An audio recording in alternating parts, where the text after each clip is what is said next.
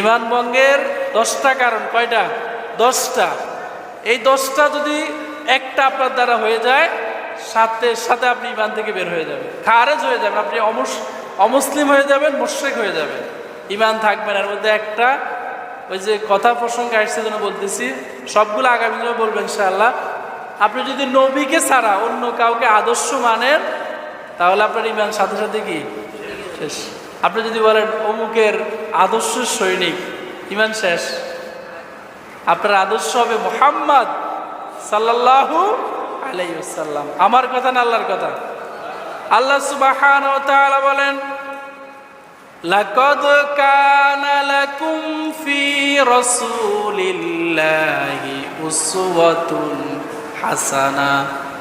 আল্লাহ তাআলা বলেন, বান্দা, এই পৃথিবীতে তোমাকে আমি মুসলমান করে পাঠিয়েছি।